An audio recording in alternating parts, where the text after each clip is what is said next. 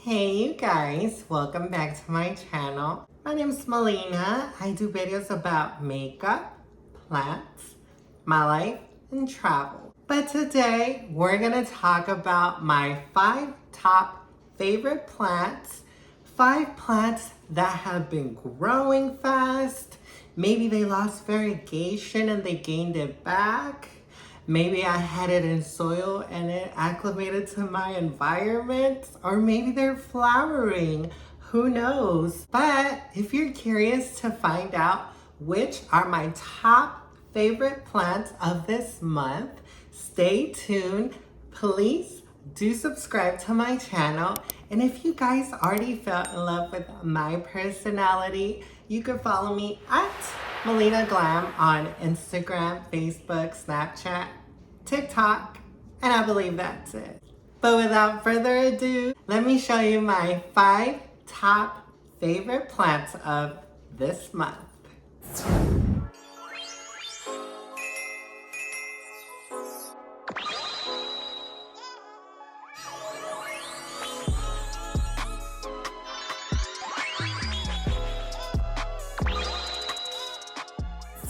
Okay, you guys, so I have been growing these plants for a while now, and it was hard to choose because a lot of my plants are thriving right now because it's spring/summer. But these plants specifically stand out because of many reasons. So I'm gonna start out with one that just caught my eye, like standing out, like, bitch, I'm here. My first top favorite plant for this month is my carnivorous plant, and this one specifically is the Drosera takinensis. So this is a carnivorous plant, and she has finger-like little leaves, I guess little arms, whatever you want to call it. And if y'all can see closely, they have a goo. So that goo is where the little insects, flies, fall there, and that's the carnivorous plant's prey. So it's on my top favorite because I literally just got this plant about a month ago. And as you can see, she produced 2 big, long flowers. Like literally, they're so long. Look at my finger compared to the flower. It's like so long. And you're asking, why are the flowers so high and so long? Well, imagine the pollinators. If they were to produce little flowers, the pollinators would definitely get stuck in the goo.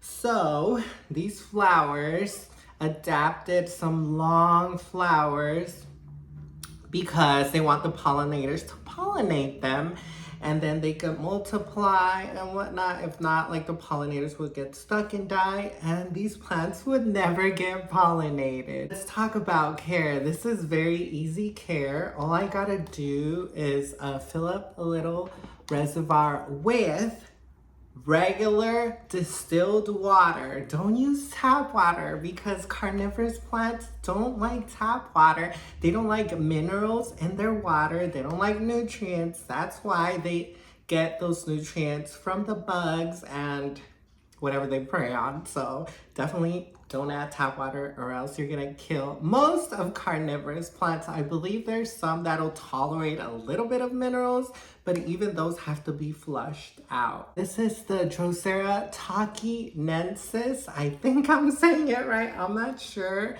And it's good for catching all my bugs and fungus gnats in my apartment. I put it on my favorites just because these flowers are so long, and I can't wait to see if they bloom. Hopefully they do, and I'll keep you updated on this carnivorous plant, you guys. I'm still a beginner, so moving right along.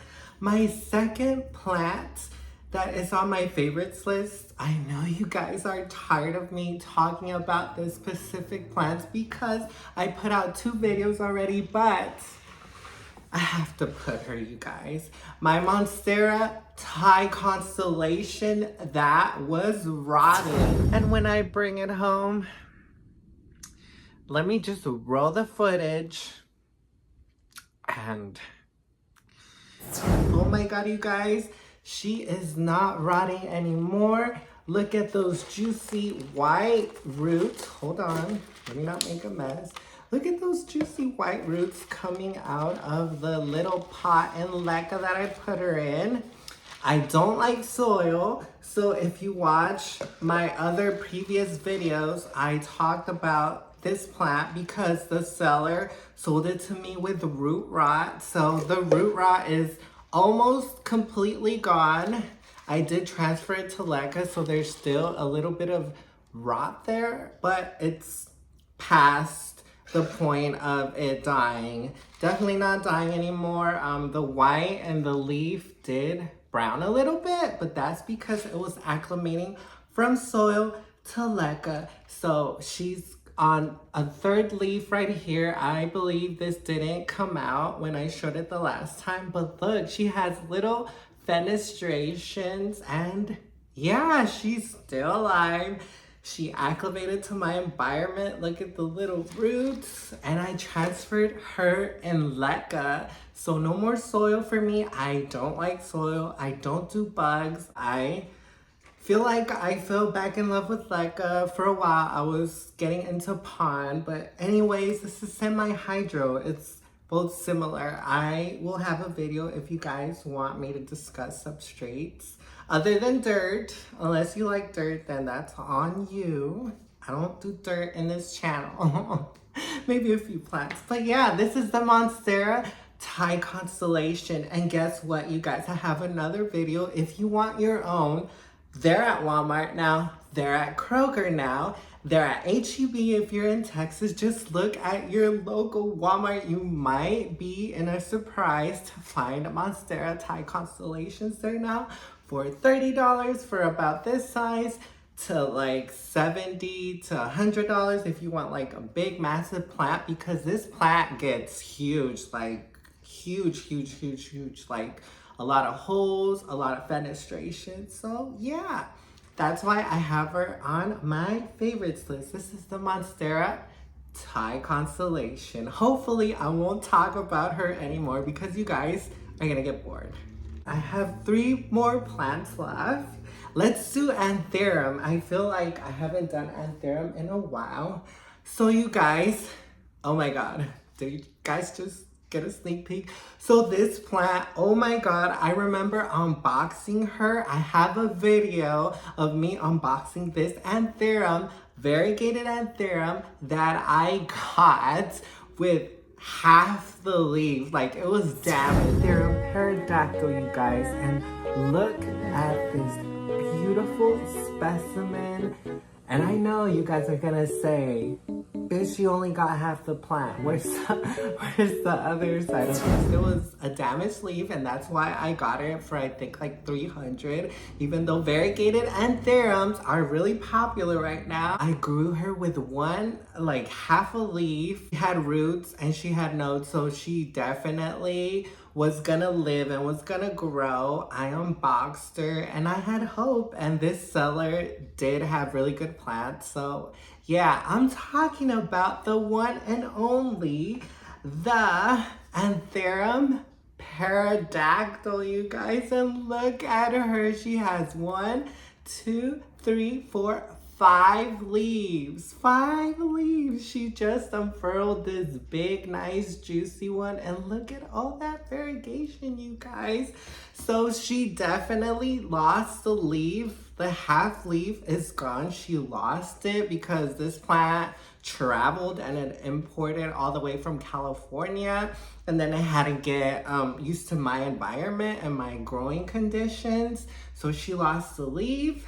And I believe she popped out this first leaf because this is the most juvenile leaf. It looks like sharp little heart. And then I was sad because she popped out this leaf with no variegation, and I was freaking out. I'm like, I need variegation. That's why I bought her, so I was freaking out. But then she decided to put out this other leaf, which had like a little variegation on the left side of its ear. Is that the left or the right? Yeah, that's the left. Oh my God, you guys. And then she surprised me with this second to last leaf and the full half, upper half, most of the leaf is variegated. So I was so happy. And finally she popped out with this bigger, more structured leaf. Like it looks like little bat wings, like little, I guess it's called the pterodactyl because it resembles a dinosaur. The pterodactyl wings, I'm guessing. I'm not sure, don't quote me on that. This plant has been easy to grow. She's growing in soil and in sphagnum moss. And I love her because her variegation isn't like the Monstera alba, which I have over there. The Monstera alba has a more white variegation, and this variegation comes out limey and then gets more yellow cream. Think about Monstera aurea. So yeah, this is the Anthera pterodactyl. This is the latest leaf, and she's on my favorites because she just did a full transformation from half a leaf to 5 beautiful leaves, and she retained the variegation, so that's why she's on my favorites. Okay, you guys, moving right along. So this plant, oh my God, it's like on everybody's wish list, and I got her about a year and some change ago now. I had to travel all the way to Houston. The cultivar shop in Houston had this plant, and they had it for like 80% of my rent back then. Variegated philodendron billiettii, and here she is. So she had 2 leaves. She had this semi-variegated older leaf, and then its newest leaf was this really variegated one with just the stripe of green. So I was waiting for the next leaf to push out, and unfortunately it's all green, I believe. So I'm kind of scared. So now the prices have dropped, unfortunately, and she just made my favorites list because she lost all its variegation, pretty much putting out green leaf and green leaf and green leaf, and I was freaking out because I paid almost $1,000 for this plant. For it to revert to green, when it goes back to green, it is not as valuable. It would go from $1,000 to like a $50 plant, which is, oh my God, I was freaking out.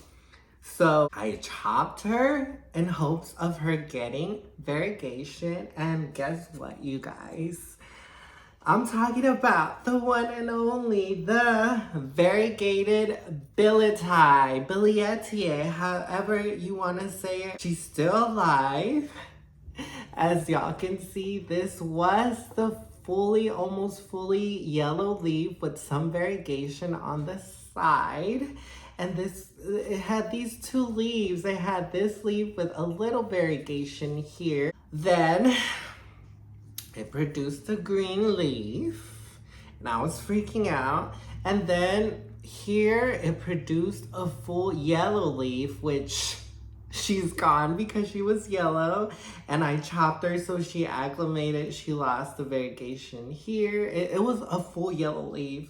So it didn't have any green, any chlorophyll, so that's why that leaf is gone. And this leaf still has some green, so it has chlorophyll. That's why that leaf made it. Let me show you why this plant made my favorite list, you guys.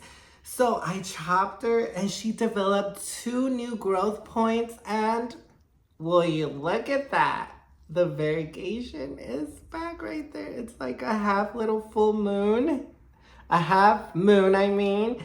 And this leaf, it's green, and it has like spots of variegation, and I believe this has like yellow and a little variegation on there. I would have to wait until it hardens off a little more. It's a little immature size because it's a baby form, because I chopped her, like I said, so she went to juvenile form, but she has another growth point. So I'm hoping it retained back its variegation on that part of the plant, because there's 2 plants in here now. But the other growth point that it has it looks like a full green leaf, you guys, which I'm kind of bummed out because I want variegation like this, but at least I got some variegation on one side of the plant, so I'm happy as long as there's some variegation. So that's why she made my favorites list. So I transferred her in some leca and some pon, and yeah, she lived. The chop was so intense because the nodal spacing on this plant is so close together. So like you literally have a little bit of chopping area. So if you take a node, like it's gone. And if it rots, it'll be gone because the nodes are so close to each other. But luckily, it developed 2 growth points.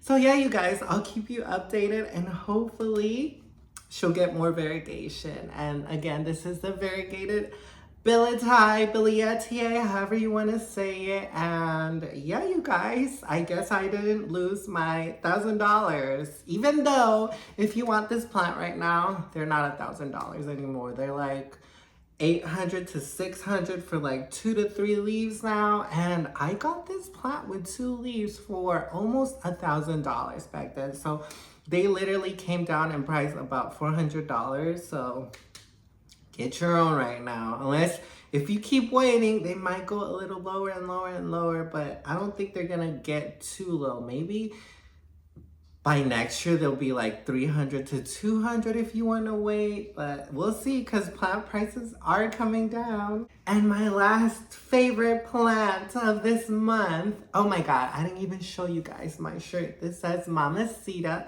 for Cinco de Mayo. My coworker made it for me, my friend Lydia. Hey girl, thank you. I love it. Mamacita. I'm Mexicana, so gotta represent the Latinas. Anyways, this last plant, you guys, she was here on one of my videos and she was on my intro. One of my mother plants that unfortunately I chopped her, and you guys are like, why did you chop her? She was growing so pretty. Well, pretty much I neglected her and I didn't water the moss pool. I didn't add a moss pool. She was asking for moss pool.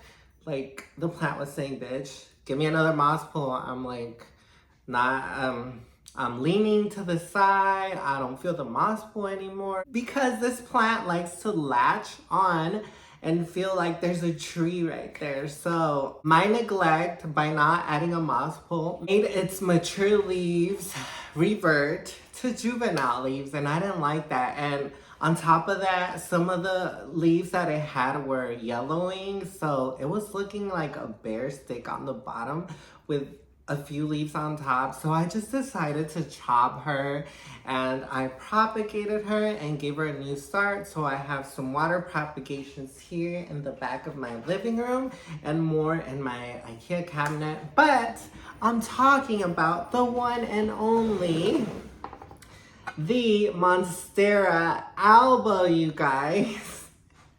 And I know you guys are probably like, what the hell? This is part of my Monstera alba, part of my mother plant. This was literally the part where it was just stem and it lost a lot of its leaves. So I cut these. These are called wet sticks because this part of the stem didn't have no leaves. So it was a challenge for me because I have never grown wet sticks. Wet sticks are pretty much part of the plant that have no leaves, like I said, and then you chop them up. They have a little bit of root, and if they don't have a root, they at least have to have a node. If they don't have a node, they're not gonna grow. So all of these 4 wet sticks in here had a part of a dry root, and I decided to put them in a cloche because this cloche would help with humidity. I believe it stays from 90 to 100% humidity in here when it's closed.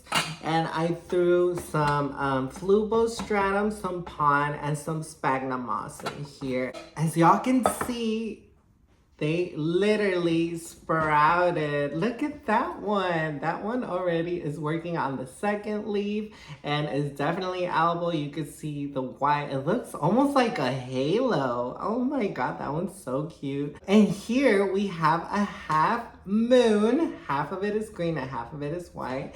And I believe these last two are gonna have a lot of white, a lot of variegation right here.